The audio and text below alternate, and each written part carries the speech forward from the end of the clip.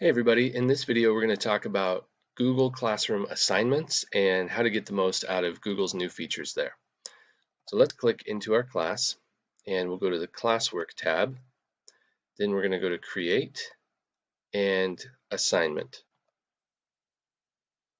Okay, so we're going to call this assignment Assessment.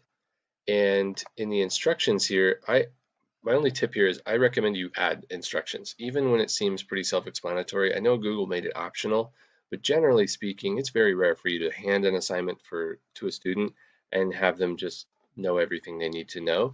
Even when it seems self-explanatory, a lot of times all they need to know is just like do this, like fill this form out. So I prefer to put instructions pretty much all the time. Then you can add attachments, and you can add any web link, a YouTube link, any file from your hard drive. You can add something from Google Drive, and Google Drive in particular has some cool features that I want to show you. So we're going to go to Google Drive, and it's going to load my drive. It defaults to the recent documents, which I like because if I've just been working on creating this assignment, then it'll be the first one that it pulls up. For now, I'm just going to pull something up that we've been doing in a professional development. I click on it to select it and click Insert. Okay, so then it attaches to the bottom of my assignment, and it'll look relatively the same for students on there, and it'll show the title, instructions, and then any attachments. And then I have this option says students can view file. So that's if it's something that I just want them to read or something I want them to look at or reference. But there are some other options here. So I can click this drop down and I can change it to students can edit file. This is handy for whenever I want them to be able to edit the original file directly. And uh, I use this for group work. So a lot of people go, well, why don't we just have the students create their own document, share it with one another and all that? But the advantage here, there are a couple of advantages here. One is that I can see them working on it in real time. So I'm the owner of the file. They can all edit, but then if I want to check their progress while they're working, while they're collaborating, I can click on it and I can see everything that's going on. Also, as the owner, I can restrict editing rights at any point if I want to. This is something that I'll do for certain collaborative classes, collaborative projects in person, where they'll be working together during class, but I want to make sure that one kid isn't going to go home and do the rest of the work. So I'll actually take away editing rights after class ends, and then I'll give them back at the beginning of the next class. So I make sure one kid doesn't get saddled with all the work and they're actually doing their collaboration in real time when I can monitor it. That's not always appropriate, but it's a nice feature to be able to do. And then finally, you can make a copy for each student. So that's when you have a blank document or a template or something like that that you want students to fill out. This way they can each have their own copy that they then have editing rights of, and it'll stay attached to the assignment. Then when they submit, all they have to do is click the turn in button at the top.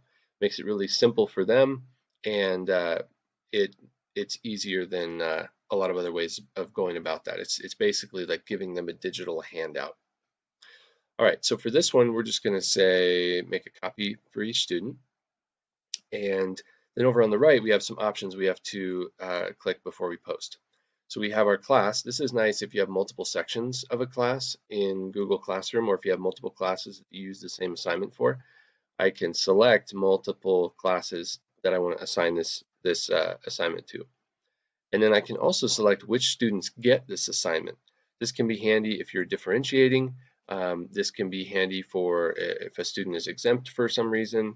It can also be handy for what I mentioned earlier. If you have students working collaboratively in groups, let's say I have 4 groups in a class and they're all working on a different version of the assignment, or even if they're working on the same version of the assignment, I can select just this group to assign the class to, or to assign the document to, so they get their own collaborative version of the document. Then I can do the next group and the next group and the next group. It's a little bit time consuming, but it's a nice option to have. Then I can assign the point value, due date, topic. Topic is an underutilized feature of Classroom, and it helps students to keep everything organized. So this is especially handy if you have assignments that are running through the entire semester and then units that are kind of chunked together. So for example, I have a class where I do an extended essay. So I would create an extended essay topic, and then I may have my unit topic normally as well. So let's say my extended essay is running through the whole semester, but then I also have assignments in this particular unit that we're in right now. Having the extended essay topic allows me to put all of those assignments, all of those posts in that section, so that when when we go back to work on the extended essay, they don't go, oh, where's that post again? They just know it's going to be in the extended essay section. It's a nice way to keep everything organized and save your students time, especially. Then we have the option to add a rubric, and that allows you to grade on the rubric in Google Classroom. And depending on your gradebook program, Google Classroom is integrating with more and more of those, and you may be able to actually push the grades directly to like Infinite Campus, for example. Not everybody has that feature yet, but that may be something it may be worth talking to your district about if you don't have that feature yet. Okay, and then finally we have check plagiarism, and that is a great feature, of course, for anyone who's concerned about originality. It only gives you 3 assignments by default, but if depending on what your arrangement, your agreement is with your district, your like subscription plan for Google, you may have more. All right, so we're going to not check that for now. Then most people just do the assign button, but this is nice for teachers who like to work ahead. You can click this drop down, and you can either save your draft and work on it later, or you can schedule for this to be posted in the future.